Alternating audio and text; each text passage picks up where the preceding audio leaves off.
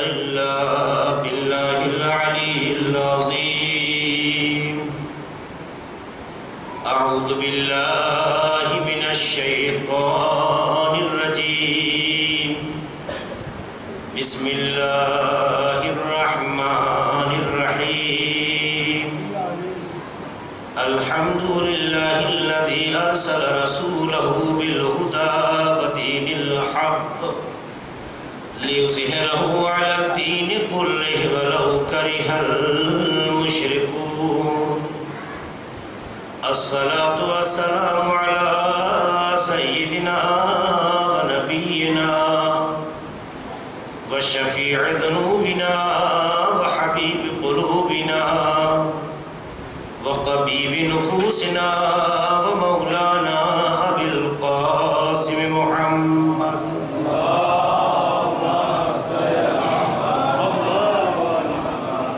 وعلى أهل بيته الطيبين الطاهرين المعصومين المظلومين الذين أذهب الله عنهم الرجس وطهرهم تطهيرا.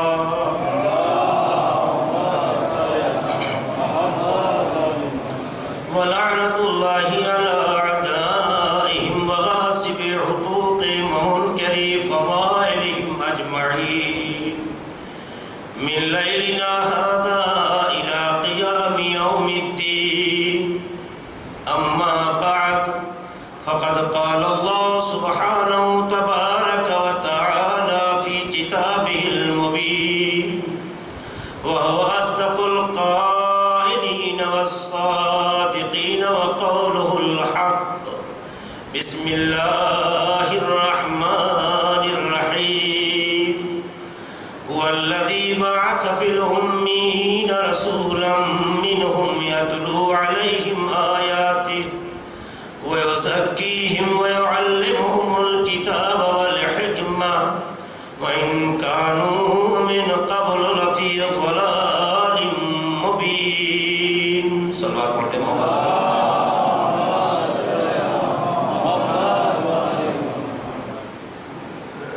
اسلام کی نظر میں تعلیم کے حوالے سے اور تعلیم کی اہمیت کے سلسلے سے ہماری گفتگو کل یہاں تک پہنچی کہ انسان ماں کی آغوش سے قبر تک علم حاصل کرے، لیکن علم حاصل کرنے کے دو اہم مرحلے ہیں. ایک مرحلہ وہ علم ہے جو انسان کی حیات کا مقصد ہے، ایک وہ علم ہے جو ہدف اور مقصد ہے، اور دوسرا وہ علم ہے جو ان مقصد تک پہنچنے کے راستے ہیں، وسیلے ہیں. دو طرح کے علم ہیں. جس علم کو ہم مقصد مانتے ہیں، جس علم کا حاصل کرنا ہر فرد مسلمان پر اس حیثیت سے کہ مسلمان ہے واجب ہے، وہ ہے اصول دین کا علم حاصل کرنا. توحید، عدالت، رسالت، امامت، قیامت، معرفت اللہ کا علم، یہ وہ علوم ہیں کہ جو مقصد ہے، جو ہدف زندگی ہے.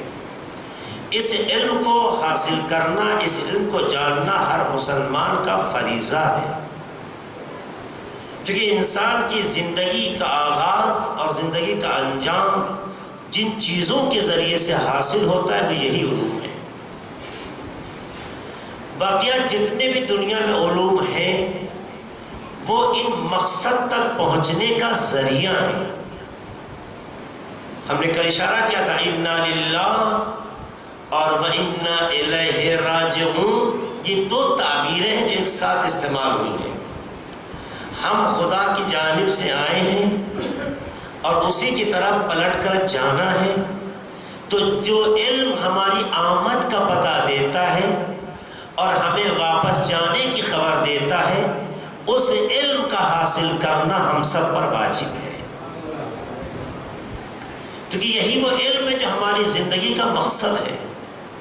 اگر اس کائنات میں اور اللہ کی معرفت حاصل نہ ہوئی تو ایک عبث اور بیہودہ زندگی جسے ہم گزار کے چلے گئے، کیونکہ جتنے بھی علوم ہیں دنیا میں جو پڑھائے جاتے ہیں، جو سیکھے جاتے ہیں، یہ سارے علوم انہی مقصد تک اگر پہنچاتے ہیں تو علوم محترم ہیں، انہیں حاصل کرنا بہتر ہے۔ لیکن اگر ہمیں اس مقصد تک نہیں پہنچاتے ہیں، اگر اس راستے سے گمراہ کرتے ہیں، دور کرتے ہیں، تو ایسے علوم اسلام کی نظر میں بیہودہ ہیں۔ جو علم انسان کی فطرت کا مذاق اڑائے، جو علم انسان کی شرافت کا جنازہ نکال دے، جو تعلیم انسان کو انسانیت کے راستے سے ہٹا دے، وہ علم نہیں ہے، جہالت ہے جس کا نام تعلیم پڑ گیا ہے۔ میں اس کا نام نہیں لینا چاہتا۔ کچھ ایسے بھی علوم ہیں کہ جو آپ کی فطرت سے آپ کو بہکاتے ہیں، آپ کی شرافت سے آپ کو دور کرتے ہیں، آپ کے اندر جو اللہ نے پاکیزگی رکھی ہے، طہارت رکھی ہے، اسے وہ تار تار کرتے ہیں۔ جو اللہ نے انسانیت کی معراج کا تاج آپ کے سر پہ رکھا ہے، اس اعتبار کو بے اعتبار کرتے ہیں، ساقط کرتے ہیں، گراتے ہیں۔ یہ علم نہیں ہے، یہ جہالت ہے جو علم کا لباس پہن کے آ گیا ہے۔ لہٰذا اس سے بچنے کی ضرورت ہے۔ لہٰذا دنیا میں جتنے لوگ آئے ہیں ان کو بہرحال سب سے پہلی چیز جس کا حاصل کرنا ضروری ہے، ہم نے عرض کیا، وہ اصول دین ہے۔ آپ دیکھیے امام علی علیہ السلام بھی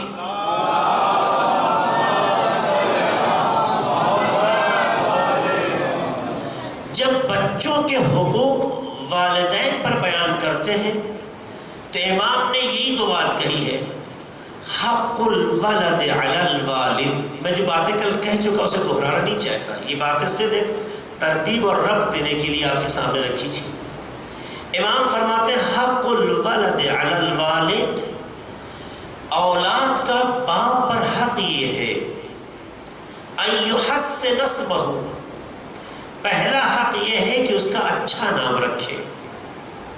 پہلا حق یہ ہے اولاد کا نام اچھا رکھے۔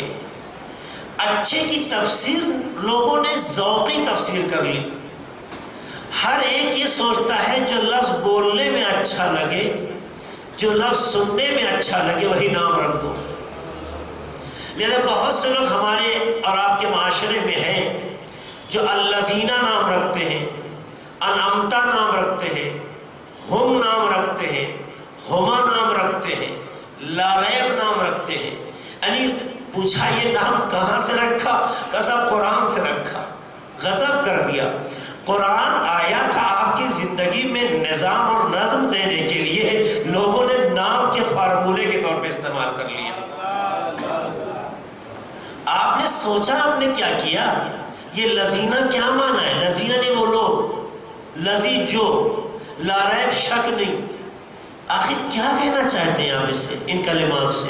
ہم وہ لوگ، کہیں پہ اس میں اشارہ ہے، کہیں پہ اس میں موصول ہے، کہیں پہ پروناؤن ہے، ضمیر ہے، کہیں پہ کچھ ہے۔ یہ نام کے لیے نہیں ہے۔ ہم خود متعجب ہے کہ کہاں سے لوگ قرآن سے نام نکالتے ہیں۔ آپ کی دعا سے جتنی کتابیں کم سے کم کورس کے اعتبار سے، کورس قطعاً میں اس بات کا دعویٰ نہیں کر سکتا کہ ساری کتاب دیکھی ہے، کورس کے اعتبار سے مولویت کے راستے میں جتنی کتابیں ہوتی ہیں آپ کی دعا سے دیکھنے کا اتفاق ہوا ہے۔ یہ کورس کی میں ضمانت لیتا ہوں، کورس کے علاوہ نہیں۔ کم سے کم یہ چیز ہم نے کہیں نہیں سیکھی کہ قرآن سے نام بھی نکلتا ہے۔ میں نے کہیں ایک صاحب سے پوچھا، جب سنا کہ بچے کا نام رکھا تنزیل تو مجھے ہنسی آ گئی۔ ہم نے کہا اچھا تنزیل العزیز الحکیم قرآن کیا ہے پڑھ دی؟ کہا ہاں قرآن سے دیکھا ہے۔ وہ کس نے دیکھا ہے؟ کہا فلاں نے قرآن سے نکالا ہے۔ ملاقات ہوئی ان سے، میں نے پوچھا برادر آج ہماری معلومات میں اضافہ ہوا ہے؟ کیا ہم نے کہا آپ قرآن سے نام ہی نکالتے ہیں، کیسے نکلتا ہے؟ کہا چھوڑیے آپ سب چکر مت پڑیے، اب ظاہر ہے کہ مجھ سے تو بھاگ نہیں سکتے تھے بیچارے، ان سب چکر مت پڑیے، آپ ہندوستان رہنے لگی آپ کو بھی عادت لگ جائے گی۔ ہم نے کہا معاف کیجیے گا، عمر اسی جہت دسترخوان پہ گزری ہے، یہ نہ سوچیے گا کہ آپ ہندوستان رہتے ہیں تو بہت قدوں میں تیر مار لیتے ہیں۔ ہم نے بہت تبلیغ کی ہے اور آپ بھی کر رہے ہیں، پر ہمیں یقین ہے کہ ہم دین کا کبھی سودا نہیں کریں گے۔ یہ آپ کیسا کام کرنا ہے؟ اگر آپ قرآن سے دیکھ رہے ہیں تو بتائیے کوئی سند، کوئی قانون، کوئی نظام، کیسے قرآن سے لوگ نام نکالنے لگے؟ ارے وہ ایک طریقہ ہے جو لوگوں نے بتایا۔ ہاں کیا طریقہ ہے بتائیے، ہم سننا چاہتے ہیں نا، معلومات میں اضافہ ہو رہا ہے۔ بھائی باپ کا سب سے پہلا فریضہ ہے اچھا نام رکھنا۔ اچھا نام رکھنے کے لیے اگر قرآن وسیلہ بن جائے تو اس سے اچھی بات کیا ہوگی؟ سننا چاہتا ہوں۔ انہوں نے کہا بات یہ ہے کہ آپ ارادہ کر کے قرآن کھول دیجئے کہیں سے بھی، اور شروع میں جو حرف آ جائے وہ ایک حرف آنا چاہیے نام میں، اور اگر ناؤن آ جائے، نام آ جائے، تو ہم نے کہا اگر فرعون آ گیا تو رکھیں گے، فرعون آ گیا رکھیں گے، چپ۔ تو ہم نے کہا کوئی ایک حرف آ گیا تو کیا مطلب حرف آ گیا؟ سنیے گا غور سے، مذاق کی چیز نہیں ہے، میں مجلس میں آپ کا وقت لے رہا ہوں یہ بات بتانے کے لیے، یہ مذاق ہے، یہ مذاق ہے۔ جو لوگ کرتے ہیں قرآن مجید کا مذاق بنانے والوں میں سے ایک حصہ ہیں۔ ایسی کوئی ترکیب اسلام میں نہیں ہے کہ آپ قرآن یوں کھولے اور پہلا حرف لینے اور کہنے نام کا طریقہ ہے۔ عزیزوں، اہل بیت سے بہتر نہ قرآن جانتا ہے کوئی، نہ قرآن سے آشنا ہے کوئی۔ اہل بیت نے نام لکھتے وقت جب بیٹیوں کا نام فاطمہ رکھا تھا تو قرآن نہیں دیکھا تھا، جب اپنی اولاد کا نام علی رکھا تھا تو آپ کیسے کہہ سکتے ہیں قرآن کے پارے کھول کے؟ اگر یہ کیا ہوتا تو ضرور بتاتے کہ حق حرف کا یہ ہے کہ قرآن کھولے اور اس سے نام رکھ دے۔ عزیزوں، یہ کہا کہ اچھا نام رکھے، اچھا اسے کہتے ہیں کہ لفظ ایسا ہو کہ جس کے معنی اچھے ہوں، لفظ ایسا ہو جس کے معنی اچھے ہوں۔ تو دوسری طرف یہ ذہن پڑ گیا، صاحب یہ لفظ محمد نام تو بہت لوگوں نے رکھا ہے، ہم نہیں رکھیں گے۔ کیوں نہیں رکھیں گے صاحب؟ ارے صاحب ہمارے محلے میں اتنے محمد ہیں۔ بھائی محمد جتنے محلے میں ہیں وہ آپ کا بیٹا تو نہیں ہے نا، آپ کا بیٹا تو یہ ہے۔ نہیں وہ محمد چائے والا ہے ہمارے محلے میں تو ہم نام نہیں رکھیں گے۔ شرم آنی چاہیے، آخری نبی کا نام محمد ہے، آخری حجت کا بھی نام یہی ہے۔ اتنا مقدس نام تم نے چائے والا کہہ کے اس کی حرمت کو پامال کر دیا ہے۔ ایک سلام پڑھ دے محمد والے محمد پر۔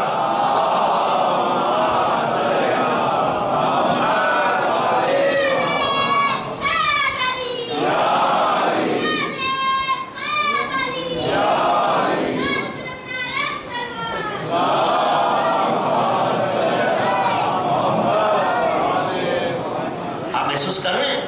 غور کریں، میری ماں بہنیں اگر سنی تو توجہ کریں۔ آپ کچھ چیزیں عادت کے طور پہ شروع کرتے ہیں، بعد میں اس کو دین اور مذہب کا نام دے دیتے ہیں۔ مشکل یہ ہے، اے کاش ہم اہل بیت کی سیرت کو فالو کرتے۔ ہم نے تو کچھ ایسی سیرتیں بنا لی ہیں جو اہل بیت کو بھی خبر نہیں ہے، کچھ ایسی سیرتیں ہم نے بنا لی جو اہل بیت کو بھی خبر نہیں میری سیرت ہے۔ یہ بات میں بڑی جرات سے کہہ رہا ہوں۔ بھئی آپ یہ کام کیوں کر رہے ہیں؟ اہل بیت کی سیرت ہے۔ کیا مطلب؟ آپ نے بچوں کو ہتھکڑی پہنائی، کیوں پہنائی بھائی؟ کیوں پہنائی؟ یہ بچوں کو جو ہتھکڑیاں پہناتے ہیں آپ نے کیوں پہنائی؟ کہا چوتھے امام کی سیرت ہے۔ سوال، سیرت کسے کہتے ہیں؟ ما هو السیرہ؟ سیرت کی تعریف کیا ہے؟ سیرت اس عمل کو کہتے ہیں جسے اہل بیت اپنے اختیار و ارادے سے انجام دیں۔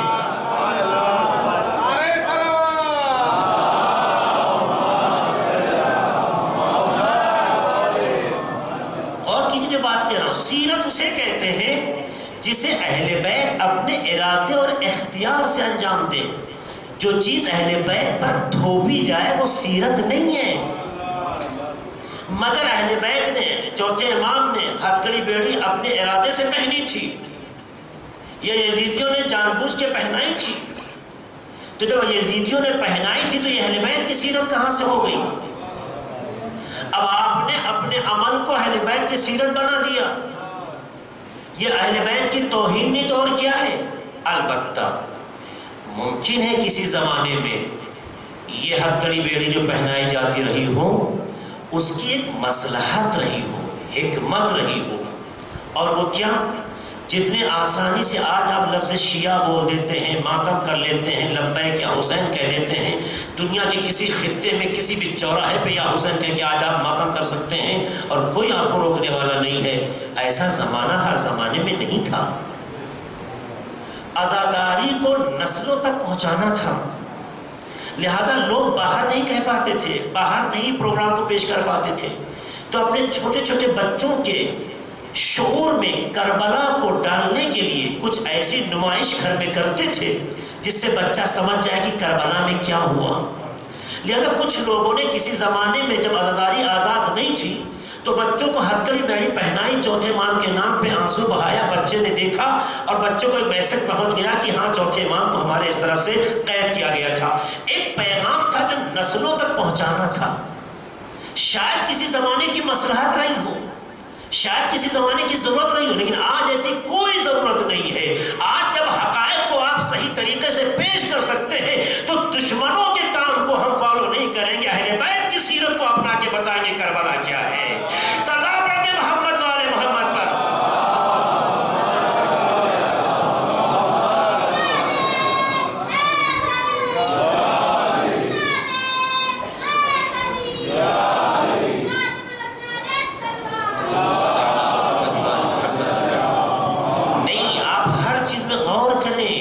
چیز میں غور کریں.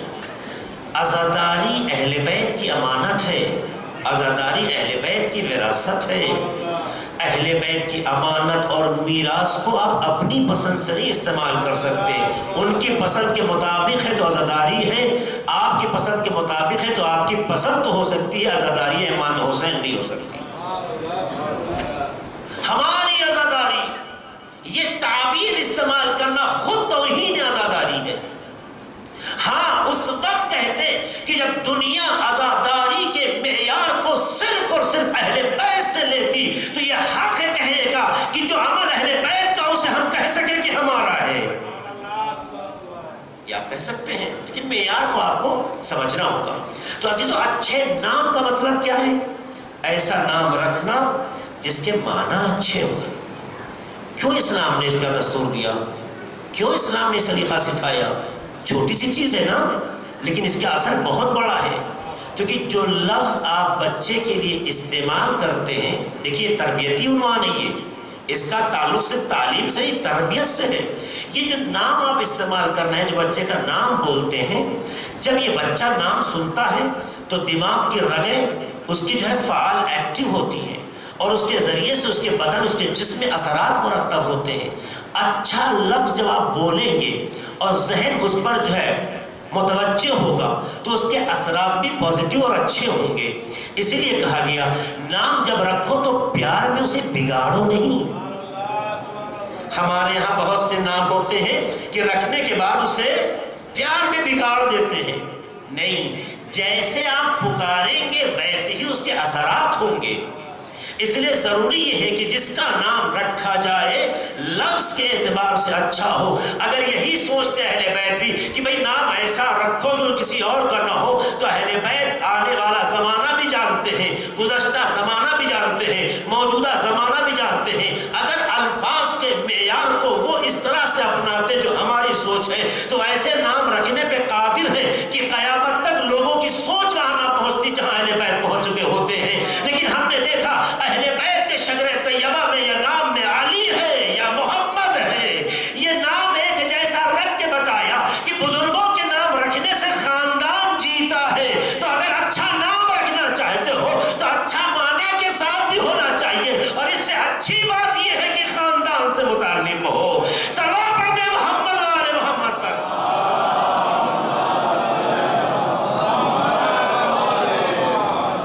تو پہلا عمل یہ کہ نام اچھا رکھو. نام کے لیے بھی ایک ہفتے کے اندر تعین ہونا چاہیے. بچہ بغیر نام کے نہیں رہنا چاہیے. ہر چیز ہمارے یہاں پسند کی بنا لیجیے. ہر چیز ہمارے معاشرے میں پسند کی. اب تو حیرت زدہ ہو جاتے ہیں جب ہندوستان کے سماج میں سنتے ہیں صاحب بچے کا ختنہ بھی جو ہے ایام اعزاں میں ہونا چاہیے. اچھا بعض علاقے ہیں تعجب ہوتا ہے. نہیں طاق والے مہینے میں ہونا چاہیے, جفت والے نہیں ہونا چاہیے. یا طاق والی تاریخ ہونا چاہیے, جفت والی نہیں ہونا چاہیے. یعنی 1 میں ہو سکتا ہے, 3 میں ہو سکتا ہے, 5 میں ہو سکتا ہے, 7 میں. یہ کیا ہے؟ یہ کیا مذاق ہے؟ یہ کون سا دین ہے؟ یہ کون سی شریعت ہے؟ آپ جو چیز اسلام نے سنت آداب تہذیب اسلامی کے نام پہ پیش کی اس میں بھی آپ نے اپنے شوق کو ڈال دیا ہے. نہیں ہمارے خاندان میں 3 سال پہ ہوتا ہے تو 3 سال میں ختنہ ہوگا, 5 سال پہ ہوتا ہے تو 5 سال پہ ختنہ ہوگا. خدا آپ کے خیالوں کی اصلاح فرمائے. جو سنت پیغمبر ہے وہ مٹتی جا رہی, آپ اپنے خیال کا نام سنت کہہ رہے ہیں. عزیزوں یزید کو رسول سے اتنی دشمنی تھی, اسلام وہی ہے جو پیغمبر لائے تھے, مگر فکر محمد نہیں ہونی چاہیے. فکر یزید کا نام اسلام بن جائے. اگر آپ حسینی ہیں تو اپنی فکروں کا نام مذہب نہ دیجیے, امام حسین کی فکر کو اسلام کہیے.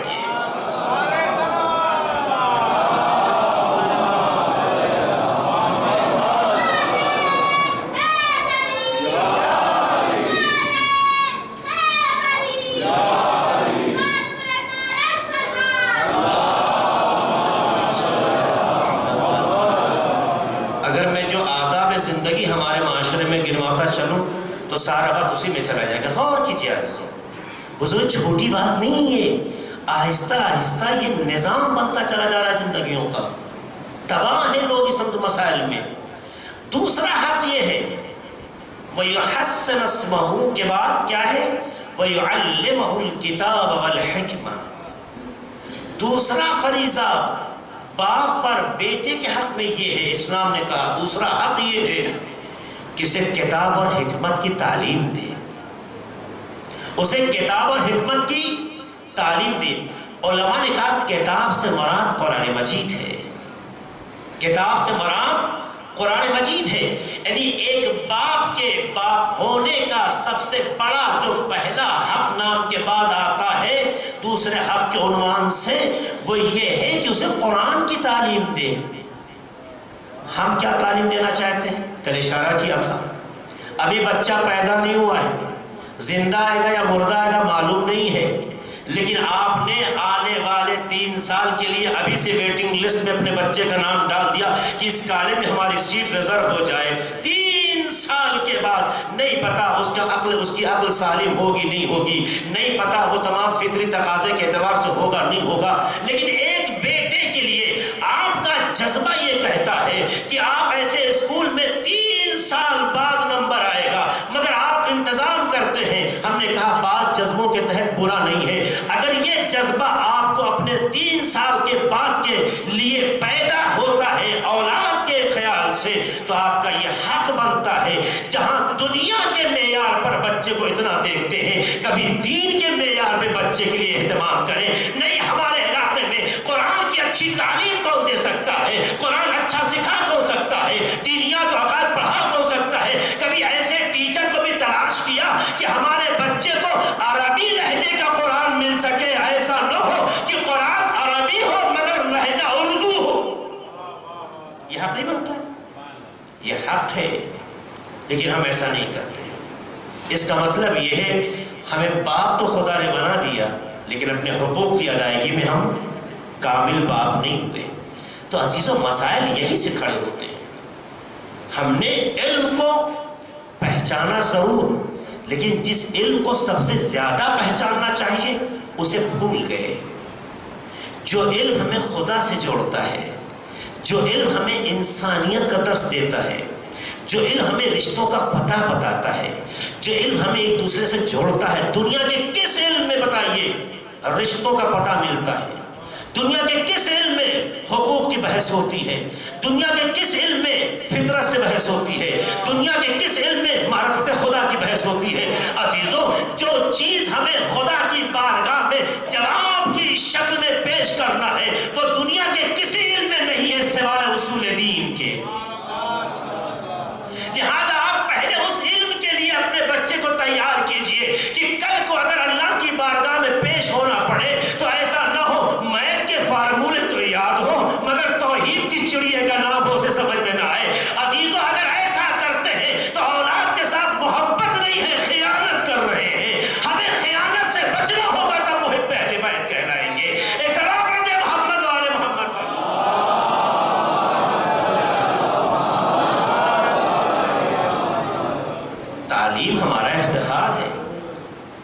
کتنا اچھا جملہ مولا کائنات نے کہا، رضینا قسمت الجبار فینا.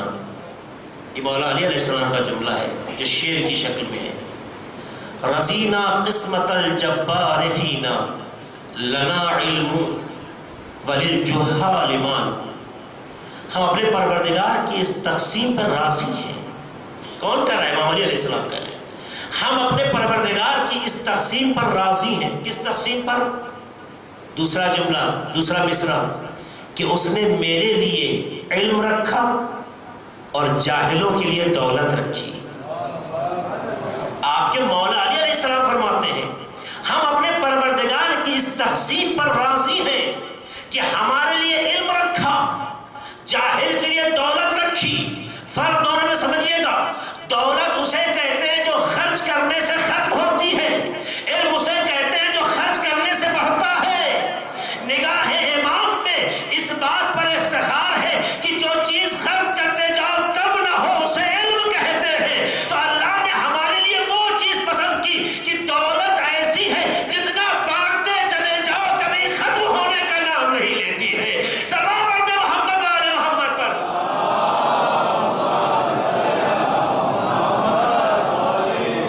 جب بات یہاں تک آ ہی گئی ہے تو دوسرا بھی شعر سنا دو مولا کا. مولا سے متعلق جو کتابوں نے لکھا ہے، عربی ادب میں یہ شعر ملتا ہے. امام کہتے ہیں لیس الیتیم قد مات والدہ. سنیے گا سیسو، لیس الیتیم قد مات والدہ. یتیم وہ نہیں ہے جس کا باپ مر گیا ہو. امام کا جملہ ہے یتیم وہ نہیں ہے جس کے باپ کا سایہ سر سے اٹھ گیا ہو. ان الیتیم یتیم العلم والادب. یتیم وہ ہے جس کے پاس علم اور تہذیب نہ ہو. امام نے یتیمی کی ایک الگ پہچان دے دی. یتیم وہ نہیں ہے جس کے باپ کا سایہ سر سے اٹھ گیا ہے. اصل یتیمی یہ ہے کہ انسان کے پاس علم کی دولت اور تہذیب کی دولت نہ ہو. تو کتنی اہمیت ہے علم کی، کتنی اہمیت ہے تعلیم کی. آپ اتنا بتائیے، اگر تعلیم کی دنیا میں آپ سے بہتر خاندان کہیں ہو تو آپ اسے جائیے تلاش کر لیجیے. آپ سے بہتر آئیڈیل کہیں ہو تو اسے اپنا لیجیے. علم کی دنیا میں اہل بیت سے بہتر کہیں ہے؟ کوئی ہے؟ جنہیں خدا نے اپنی قدرت کاملہ سے علم کا وہ خزانہ عطا کر دیا کہ جو صرف موجودہ زمانے کی خبر نہیں دیتے، گزشتہ کے بارے میں خبر دیتے ہیں، مستقبل کے بارے میں بتاتے ہیں. پوچھنا کیا ہے؟ تم پوچھتے جاؤ وہ بتاتے جائیں گے. تو جہاں علم اس پائے کا ہو تو ہمیں کس طرف جانا چاہیے؟ تعلیم کی طرف جانا چاہیے یا جہالت کی طرف جانا چاہیے؟ اس لیے ضرورت ہے کہ ہم اپنے خیالوں کو بدلیں اور تعلیم کی اہمیت کو سمجھیں. اہل بیت علیہ السلام میں کوئی جاہل نہیں تھا. آپ دیکھیے اسلام نے جو نسخہ پیش کیا ہے ان کا دنیا سوچ نہیں سکتی. آپ کو پتہ ہے رسول خدا صلی اللہ علیہ وآلہ وسلم کے زمانے میں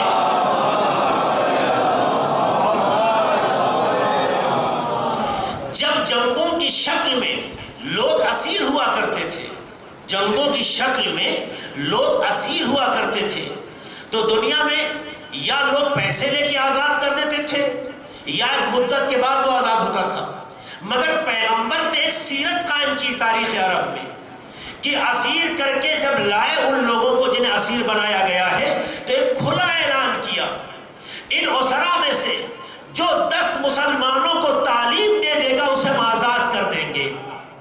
یعنی پیغمبر نے یہ بتایا کہ علم اس منزل کا نام ہے کہ معلم کو اسیر نہیں بنایا جا سکتا ہے. یہ پیغمبر نے فکر دی دنیا کو. معلم استاد کو اسیر نہیں بنایا جا سکتا. ایک کنڈیشن رکھی 10 مسلمانوں کو تعلیم دے اور آزاد ہے. یہ کیا چیزیں ہیں؟ اسلام نے شروع سے اس تعلیم کو اہمیت دی ہے. اور تعلیم اگر آپ سیکھیں، کہتے ہیں تعلیم میں آپ دیکھیے کہ کس طریقے سے کلمے کی ترکیب بھی جو بعض ذوق استعمال کرتے ہیں. کہتے ہیں تعلیم کے اصل کو اگر آپ دیکھیے تو اصل ہے عین لام میم علم. ٹھیک ہے نا؟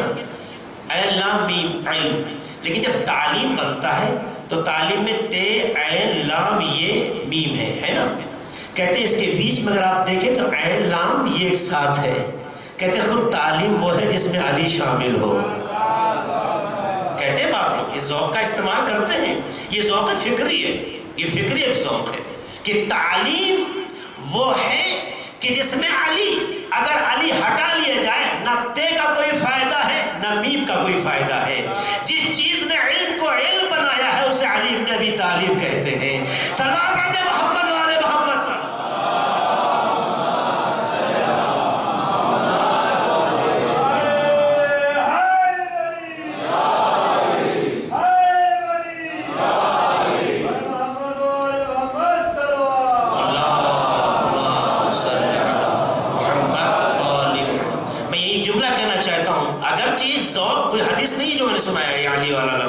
یہ کوئی حدیث نہیں ہے، یہ ایک ذوق فکری ہے، پر یہ بیجا بھی نہیں ہے. پیغمبر کی حدیث یاد ہے، الا مدینۃ العلم وعلی بابها، میں شہر علم ہوں، علی اس کا دروازہ. عزیزو یہ حدیث اگر بہت اچھی نہ ہوتی، اگر اس حدیث کا مفہوم بہت آفاقی نہ ہوتا تو بعض مسلمان محدثین کو یہ ذوق نہ ہوتا کہ کسی کو اس کا چھت بنا دیتے، کسی کو دیوار بنا دیتے. ہے نا حدیثیں آئی نا، کسی کو چھت بنا دیا کہ پیغمبر نے فرمایا میں شہر علم ہوں، فلاں اس کی چھت ہے، فلاں اس کی دیوار ہے، علی دروازہ ہے. اس غریب کو یہی نہیں پتا ہے شہر کی اگر دیوار بھی قابل تصور ہے تو چھت نہیں ہوا کرتی.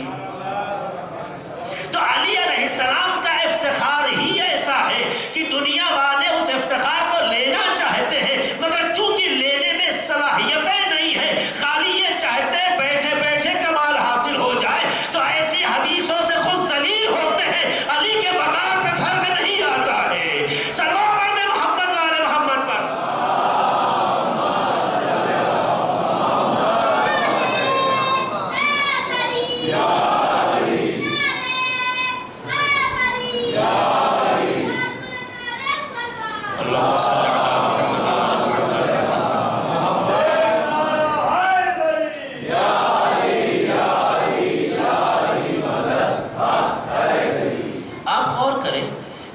کسی چیز کا شہر بولا جائے تو اس کا کیا مطلب ہوتا ہے؟ اگر کہا جائے فلاں سٹی مندروں کا شہر ہے، فلاں سٹی جھیلوں کا شہر ہے، فلاں سٹی عبادت گاہوں کا شہر ہے اس طرح کی تعبیریں.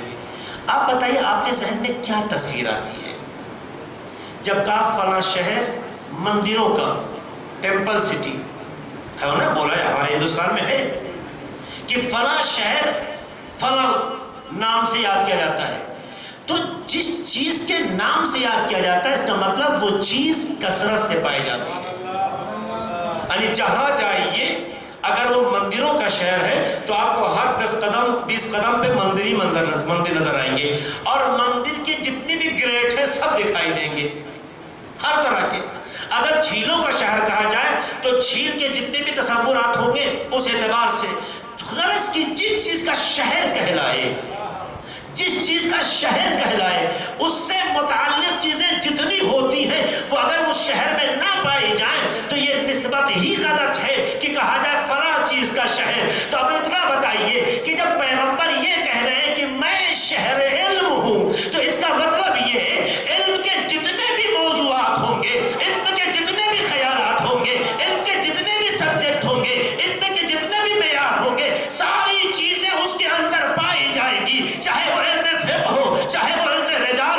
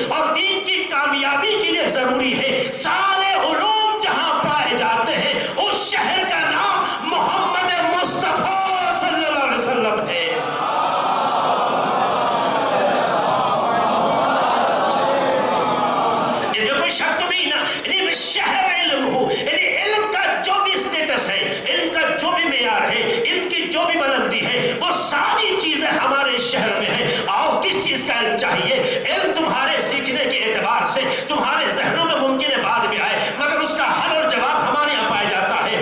اس شہر میں علم ہے، علم جو کچھ بھی ہوگا یہاں پایا جائے گا۔ اور یاد رکھنا، شہر کے داخلے کے لیے دروازے سے گزرنا ضروری ہے، ورنہ چور تو کہلاؤ گے، محصل نہیں کہلاؤ گے۔ اہل بیت حاصل کرنے والوں کی تو مدد کرتے ہیں، چوروں کی مدد نہیں کرتے۔ تو جب یہ شہر علم ہے، یعنی سارا علم اسی شہر سے ملتا ہے، تو اس شہر میں داخل ہونے کے لیے دروازہ چاہیے، اور اس دروازہ کو پیغمبر نے کہا وہ علی بن ابی طالب ہے۔ اس کا مطلب یہ ہے اصول سیکھنا ہے تو علی کے ذریعے آنا ہوگا، پھر سیکھنا ہے علی کے ذریعے آنا ہوگا، ریاضی و میتھ سیکھنا ہے علی کے ذریعے آنا ہوگا، تاریخ سیکھنا ہے علی کے ذریعے آنا ہوگا۔ دنیا میں کیا سیکھنا چاہتے ہو، جب کچھ سیکھنا چاہتے ہو علی بن ابی طالب کے ذریعے وارد ہوگے۔ یعنی پیغمبر دینے کے لیے تیار ہے، مگر راستہ علی ہونا چاہیے۔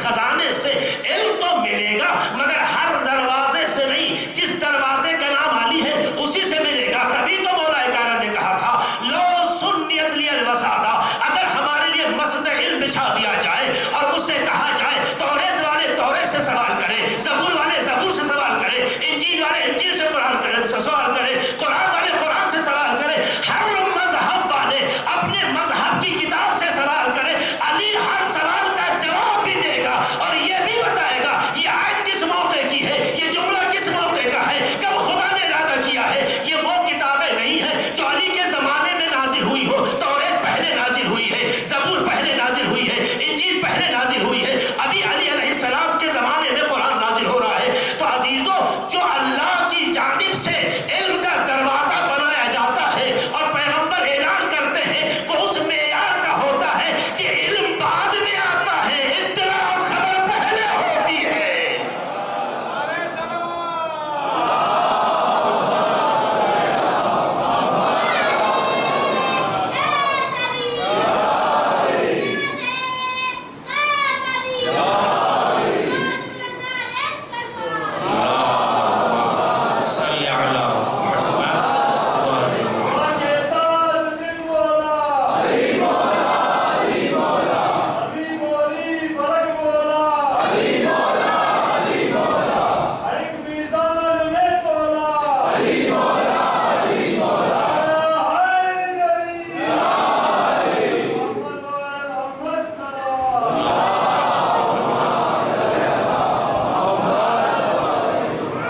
سیکھنے سے آتا ہے، علم چوری کرنے سے نہیں آتا۔ چور بن کے علم حاصل کرو گے تو کتنا بھی پڑھ لو چوری کہلاؤ گے۔ اس گھنٹی ذات کو ذہن میں رکھیں، علم چوری سے نہیں آتا، علم سیکھنے سے آتا ہے۔ سیکھنے کے لیے ظرف تیار کرو، علم حاصل ہو جائے گا۔ اور اللہ نے یہ علم ان کو دیا ہے۔ اور اگر یہ ذوات نہ ہوتی نا تو قرآن ایک گونگی کتاب کی شکل میں قیامت تک رہ جاتا، قرآن کا سمجھنا آسان نہ ہوتا۔ اگر یہ شخصیتیں جو شہر علم کا دروازہ بنی، اگر پروردگار کی جانب سے لطف و کرم نہ ہوتا تو یاد رکھیے قرآن ایک گونگی کتاب کی طرح رہ جاتا۔ آپ دیکھیے، یہ بات میں نے کئی موقع پہ کہی ہے، پتہ نہیں آپ کے درمیان رکھی نہیں رکھی ہے۔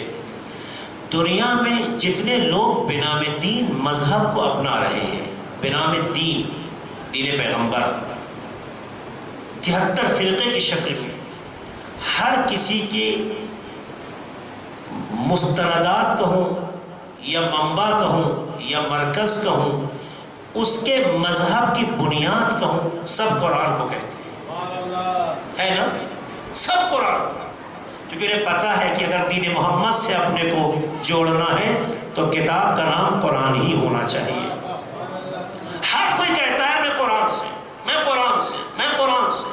اچھا، بات صحیح ہے، تو آپ دیکھیے ہر کسی نے اپنے کو قرآن سے جب جوڑا تو کیا واقعی صحیح طریقے سے قرآن کو سمجھا؟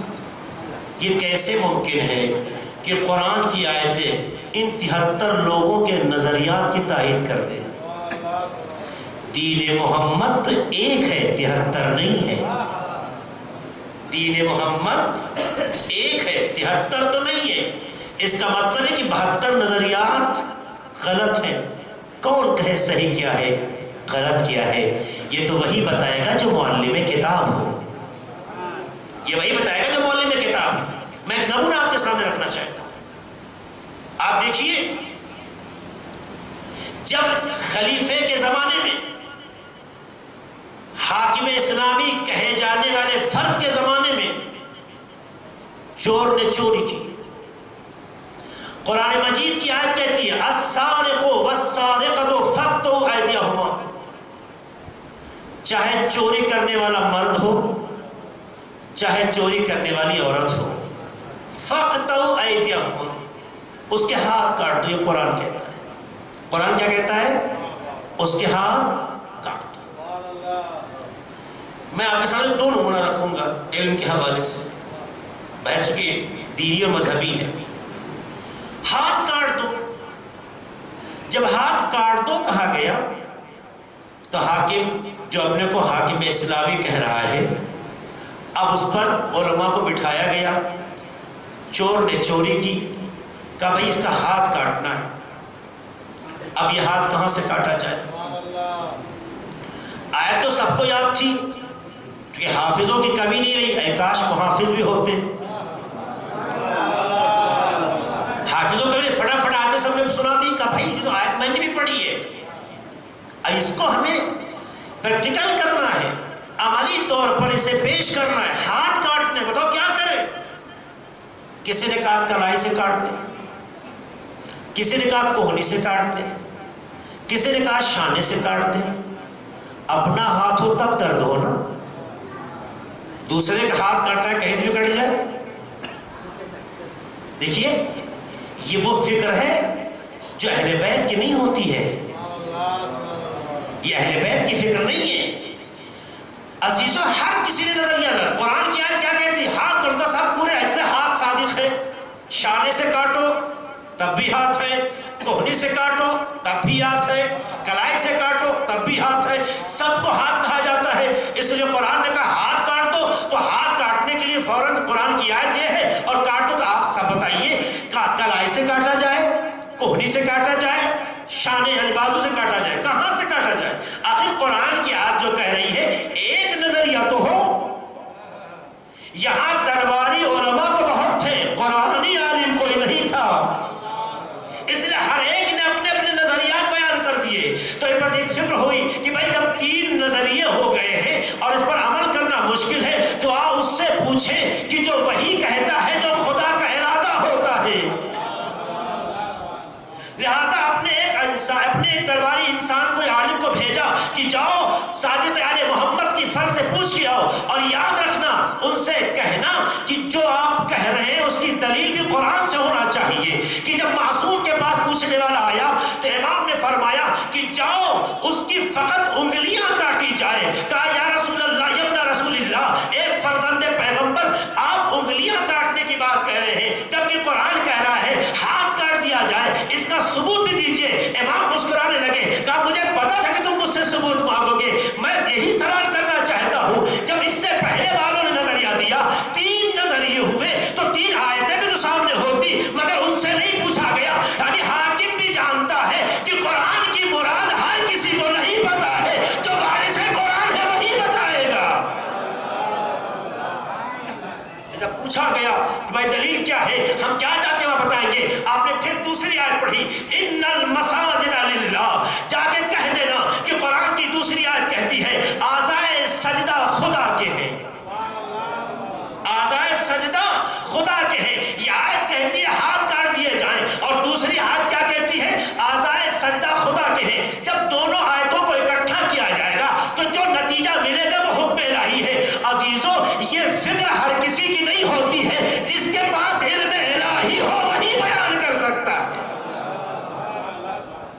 کے پاس علم الہی ہو. اسی لیے کہا ہے اعضائے سجدہ کیا ہے؟ آپ تو جانتے ہوں گے اعضائے سجدہ کو. پیشانی، دونوں ہاتھوں کی ہتھیلیاں، ہتھیلی اعضائے سجدہ میں انگلی نہیں آتی. انگلی اگر آپ رکھتے ہیں مستحب ہے، پر یہ اگر نہیں رکھتے زمین پہ تو سجدہ باطل ہے. اعضائے سجدہ میں دونوں ہاتھوں کی ہتھیلیاں زمین پہ ہونا چاہیے. بہت سے لوگ انگلی کا زور لگاتے ہیں مگر ہتھیلی اٹھی رہ جاتی ہے. اگر ایسا ہوگا تو سجدہ باطل ہے. دونوں ہاتھوں کی ہتھیلیاں زمین پہ ٹچ ہونا چاہیے. دونوں پیر کے گھٹنے زمین پہ ہونے چاہیے. دونوں پیر کے انگوٹھے کے سرے، سرا کیوں کہہ رہا ہوں؟ ایک فرض کیجئے پیر کا انگوٹھا یہ پشت کا حصہ ہے اور یہ سرا ہے، یہ زمین پہ ہونا چاہیے. ایسے نہیں. اگر آپ ایسے رکھتے ہیں تو اس کا مطلب ہے کہ آپ کا سجدہ باطل ہے. آپ کی انگلی کا یہ حصہ سرا جو کہلاتا ہے یہ ہونا چاہیے. اسی لیے کہتے ہیں انگوٹھے کاٹ لینا چاہیے. یہ نانی اماں کی جو شریعت ہے کہ شادی سے پہلے انگوٹھا پیر کا نہیں کاٹنا چاہیے، کہیں نماز خراب نہ ہو جائے. لہذا خیال رہے انگوٹھے کا ناخن اگر بڑا ہو جائے تو انگوٹھے کا سرا زمین پہ آسانی سے نہیں ٹکے گا، اور اگر نہیں ٹکتا ہے تو نماز باطل ہو جائے گی. یہ اعضائے سجدہ ہے، یہ اعضائے سجدہ خدا کے ہیں. جب تک یہ اعضاء سالم ہے کسی کو حق نہیں ہے کہ اسے چھین لیا جائے. چور کو چوری کی سزا بھی ملنی چاہیے، حق خدا بھی چھیننا نہیں چاہیے. اتنی باریکی سے وہی قرآن کو سمجھا سکتا ہے، وہی شریعت کو پیش کر سکتا ہے جو اللہ کی جانب سے وارث ہے شریعت بنایا جائے.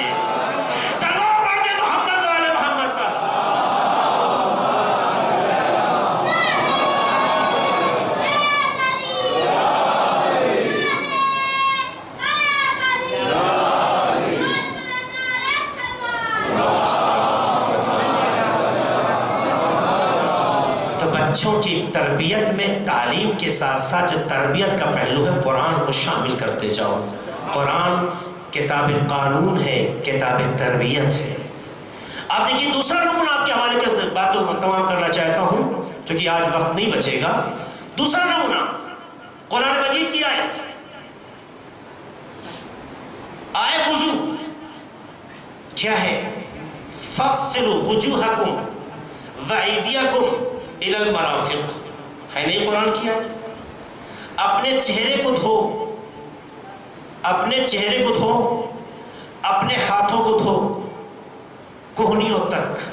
یہی تو آیت کہہ رہی ہے. عربی میں غسل کا مطلب ہوتا ہے پانی کا اوپر سے نیچے کی طرف آنا. عربی میں الغسل جو بولا جاتا ہے، غسل معنی نہانا ہے، غسل یعنی دھونا. غسل ہر دھونے کو نہیں کہتے، اس طرح سے پانی ڈالنا کہ جو اوپر سے نیچے کی طرف بہے، اسے کہتے ہیں غسل.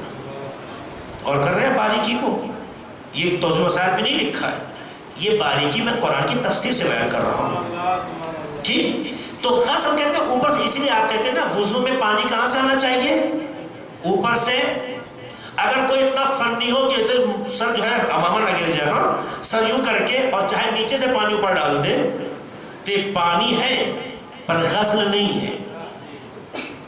یہ غسل نہیں ہے، کیونکہ غسل میں اوپر سے نیچے آنا چاہیے. کنڈیشن چینج کر دے تو یہ غسل نہیں. اور اللہ کہتا ہے غسل کرو، دھو. اسی طریقے سے اگر آپ ہاتھ میں لے کے یوں کر دیں تو پانی یوں کر اٹھائیں گے تب اوپر سے نیچے ہوگا، یوں اٹھائیں گے تب اوپر سے نیچے ہوگا. ورنہ اگر اوپر سے نیچے کی طرف جانا چاہے تو آپ خود کہہ دیں گے یہاں سے ادھر جانا چاہیے. غسل میں اوپر سے نیچے آنا چاہیے. ہاتھ میں اوپر کا حصہ کون؟ میں آپ سے پوچھتا ہوں. ہاتھ میں، ابھی میں علمی بات کروں گا، ابھی تو میں اس لفظ کی وضاحت کر رہا ہوں. ہاتھ میں ہمیشہ انگلی سے اوپر کی بات کی جاتی ہے یا شانے سے انگلی کی طرف بات جاتی ہے؟ یقیناً آپ کے شانے کندھے سے نیچے کی طرف بات جاتی ہے. یہی تو بھائی بات سے نیچے ہے. نہیں کوئی مانتا ہے. کوئی کہتا نہیں سب ہاتھ اٹھا لیں گے اوپر سے نیچے آئے پانی، جیسا کہ بعض لوگ کرتے بھی ہیں، یوں لیا پانی یوں کر دیا. قرآن نے بھی کہا کوہنی تک. سوال، ہر مسلمان فرقہ وضو کے مسئلے میں بھی قرآن کو سہارا بناتا ہے. ہر مسلمان وضو کے مسئلے میں بھی یہی آیت قرآن، کوئی دوسری آیت قرآن میں وضو کے لیے نہیں ہے. اسی آیت کو سب کوئی سہارا بناتا ہے. تو جب سب سہارا بناتے ہیں تو آپ کس کی بات کو صحیح مانیں گے؟ یہ تو آپ نہیں کہہ سکتے صاحب وہ بھی وضو صحیح، یہ بھی وضو صحیح، وہ بھی طریقہ صحیح، یہ بھی طریقہ صحیح نہیں۔ جب قرآن قانون بتا رہا ہے تو قانون کو سمجھنے کے لیے خدا نے بھی قرآن کو یوں ہی نہیں چھوڑا ہے، قانون کو بھی رکھے ہیں کہ جن سے پوچھو قرآن کہے کیا رہا ہے، جن سے پوچھو قرآن کیا کہہ رہا ہے، وہی تفسیر کریں گے تو قرآن کیا کہہ رہا ہے سمجھ میں آئے گا۔ اس لیے کہا اگر خدا نے ان ہستیوں کو نہ بھیجا ہوتا تو قرآن ایک قانون کی کتاب ہوتی، پر گونگی کتاب ہوتی، ہر کوئی اپنے سلیقے سے دین بنا لیتا، تو پھر کسی کو یہ حق نہیں تھا کہنے کا یہ دین تم غلط کر رہے ہو، بنا رہے ہو، صحیح بنا رہے ہو، کیونکہ ہر کوئی قرآن سے۔ لیکن جب خدا نے قرآن کی آیتوں کو سمجھانے والے افراد رکھ دیے ہیں تو اب یہ حق نہیں ہے کہ اپنی پسند سے جو سمجھ میں آئے وہ دین ہے۔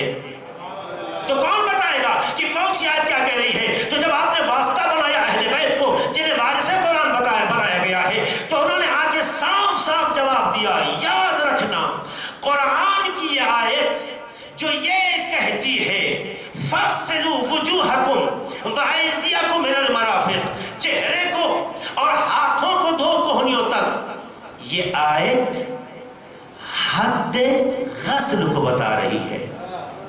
سنیے گا، ایک لفظ ہے غسل، ایک لفظ ہے مغسول، جیسے آپ کہتے ہیں مقتول جس کو قتل کیا گیا ہو، مغسول جس کو دھویا گیا ہو۔ مغسول کسے کہتے ہیں؟ جس دھویا، مثلا آپ نے ہاتھ دھویا یہ مغسول ہے، کپڑا دھویا دھونے بعد یہ مغسول کہلائے گا جس کو دھویا گیا ہو۔ غسل دھونے کو کہتے ہیں، خالی پانی ڈالنے کو دھونے کو۔ معصوم فرماتے ہیں کہ اس آیت میں قانون ہے نا یہ قرآن، اس آیت میں حد مغسول نہیں بتایا گیا کہ اعضاء کو کہاں سے کہاں تک دھویا جائے، یہ نہیں بتایا ہے، یہ بتایا گیا ہے دھویا کیا جائے، دھویا کیا جائے، کہا کہ چہرہ دھویا جائے، ہاتھ کو کوہنی تک، یعنی دھونے کی حد بتائی گئی ہے، جسے دھویا جائے اس کی حد نہیں بتائی گئی ہے۔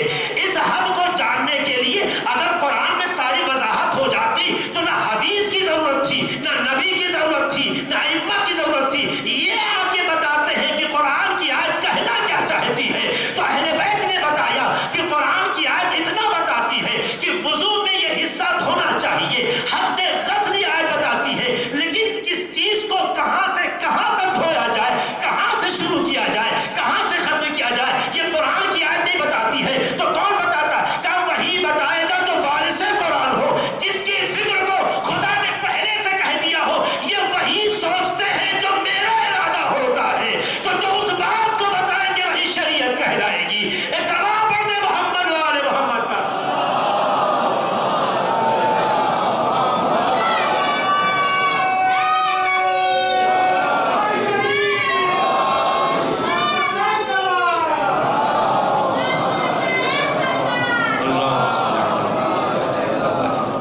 اس طرح کی اور بھی باتیں ہیں۔ تو عزیزو، علم کہاں سے لیا ہے؟ تب پتہ چلے گا کہ علم دے کیا رہا ہے۔ اگر علم الہی ہے تو جو الہی ارادے ہیں اس کی تشریح کرے گا۔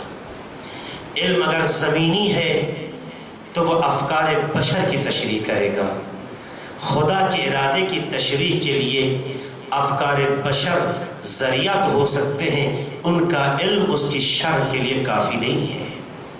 اس لیے ضروری ہے کہ وہ علم الہی ہو۔ لہٰذا قرآن سکھائیں تاکہ شریعت سیکھیں، شریعت سیکھیں گے تو پھر انہیں کوئی گمراہ نہیں کر سکتا ہے۔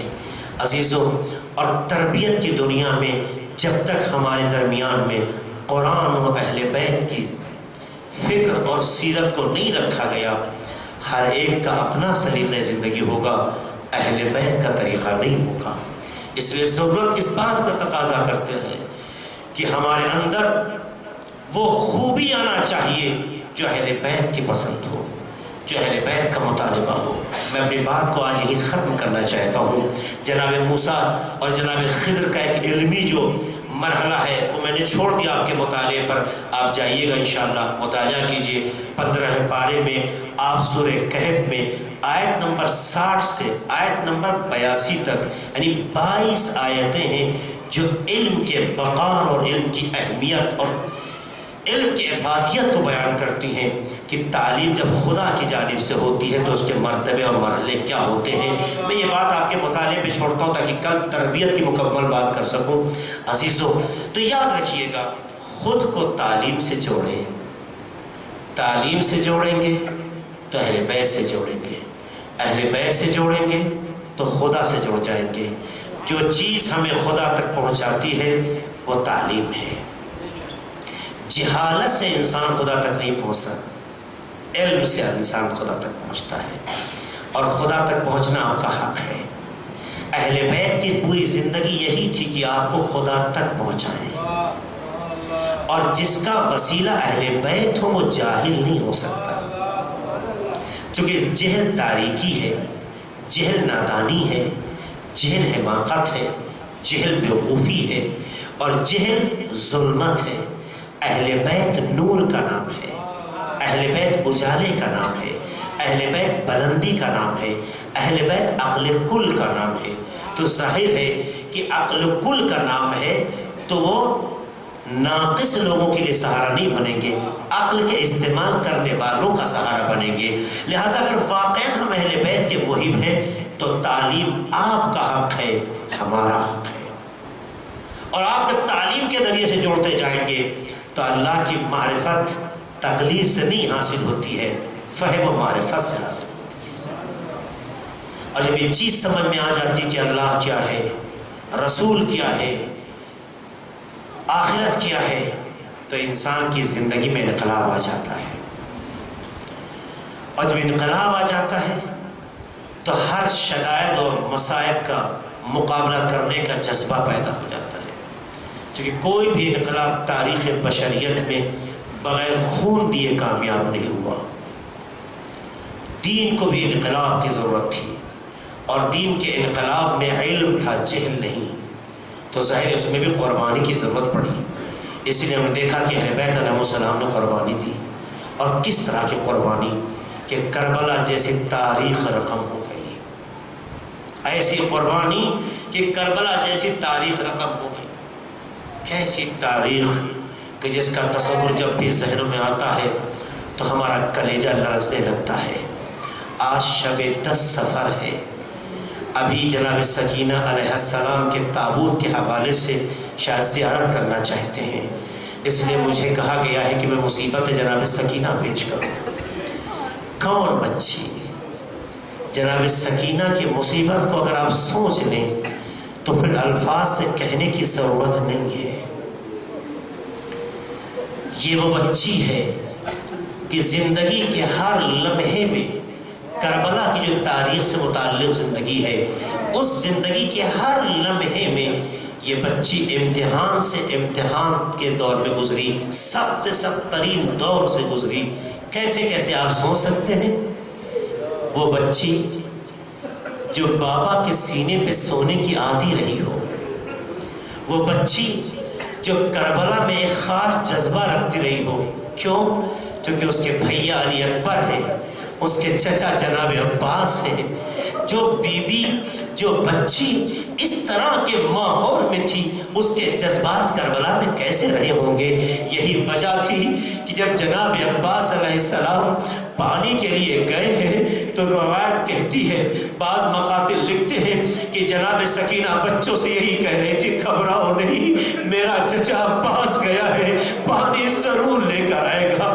سوچو عزاداروں، کتنی آس بندھ جاتی ہے کہ جب قابل اعتماد سورسز ہوں۔ جناب عباس کے جانے پہ بچی کو پورا یقین ہے پانی مل جائے گا، لیکن جب علمدار نہیں آیا، فقط علم آیا، تو جناب سکینہ کے بارے میں تاریخ یہی لکھتی ہے، مقاتل یہی لکھتے ہیں، بچی پانی کا انتظار کر رہی تھی، بچی پیاسی تھی، مگر اس بچی نے 4 سال کی عمر میں یہ سوال نہیں کیا، بابا پانی نہیں آیا، چچا پانی لینے کے لیے گئے تھے، بلکہ ایک جملہ کہتی ہے، بابا مجھے پانی نہیں چچا چاہیے۔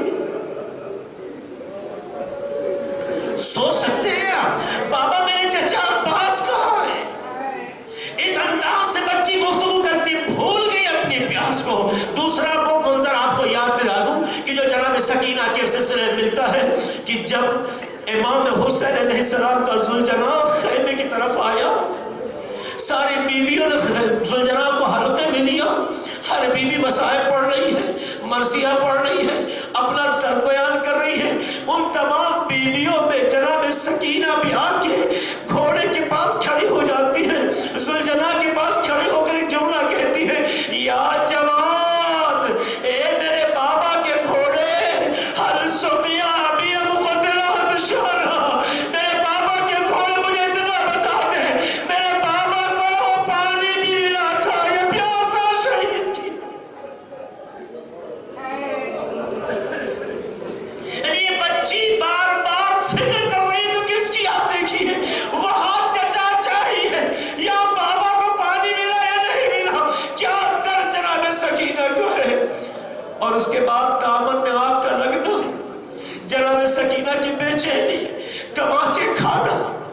ایک جملہ کہنا چاہتا ہوں ستاروں، جو بچے آپ کے گھروں میں محسوس، میں نفسیاتی بات کہنا چاہتا ہوں، جو بچے آپ کی آغوش میں پلے ہیں، جن کو آپ نے پالا ہے، جو بچے آپ کی محبت کو بچپن سے دیکھ رہے ہوں، آپ کے پیار کو دیکھ رہے ہوں، آپ کی مسکراہٹ کو دیکھ رہے ہوں، آپ کو کلیجے سے لگاتے رہے انداز کو دیکھ رہے ہوں، ہزاروں، اگر آپ کبھی زندگی میں ٹچ کرنا چاہتے ہیں، اس بات کو اپنی زندگی میں ٹچ کرنا چاہتے ہیں، دیکھنا چاہتے ہیں، تو دیکھیے جو بچے ابھی بول نہیں سکتے ہیں، جو بچے اشارہ سمجھنے لگے بول نہیں سکتے ہیں، وہ آپ کے مسکرانے پر، آپ کی ایکٹیویٹیز پر مسکرا دیتے ہیں، آپ کی طرف لپکتے ہیں، لیکن انہی بچوں کو اگر کبھی آپ گھور کے دیکھ لیجیے تو بچے بلک بلک رونے لگتے ہیں۔ کیوں؟ یہ اس لیے کہ جس بچے نے صرف محبت دیکھی ہے، اگر غصہ دیکھ لے تو اسے یقین نہیں آتا ہے، تڑپ تڑپ کے رونے لگتا ہے۔ ہاں یہ سکینہ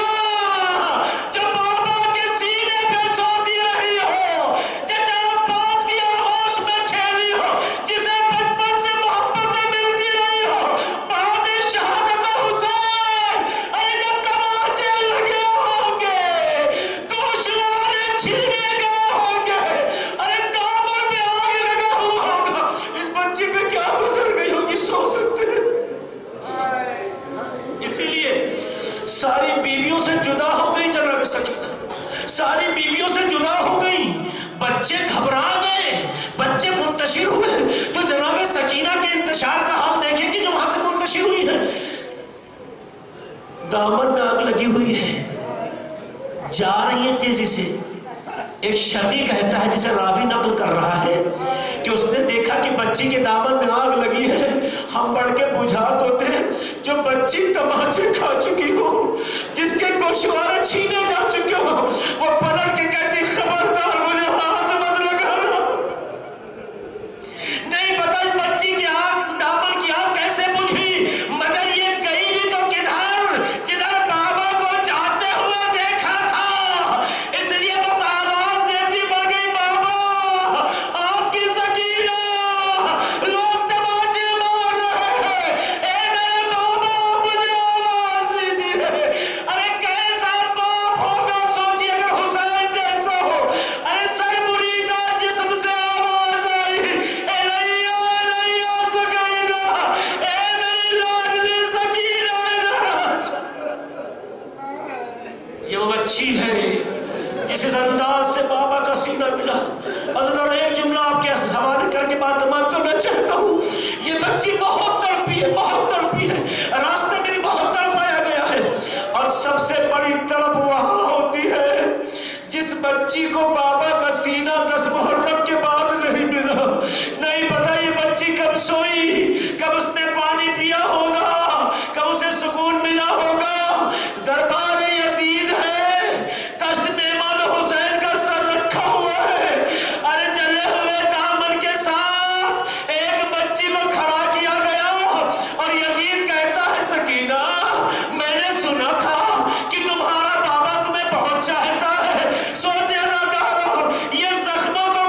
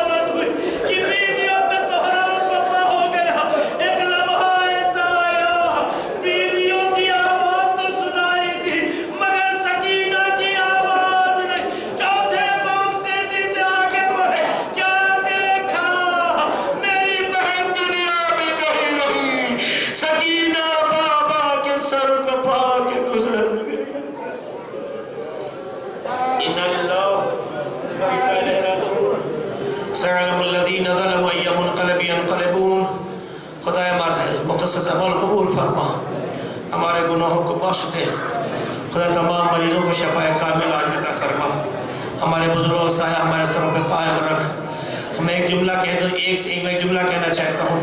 آپ حضرات آخر میں چاہے فاتحہ پڑھ لیجئے گا۔ منور علی ابن حیدر علی ابن کریم بیگ، شہزاد بی بی بنت غلام حیدر، شہناز بی بی بنت منور علی، فتح علی ابن سکندر علی کے ایک بار ہم 3 بار سورۃ توحید کی تلاوت کر کے بخش دیں، اور کل کی مجلس 8:15 بجے شروع ہو جائے گی۔ وقت کا خیال رکھ کے حاضر ہو جائیے گا انشاءاللہ۔ جناب سکینہ کا پرسہ امام زین العابدین اور امام زمانہ علیہ السلام کو دیں آپ حضرات۔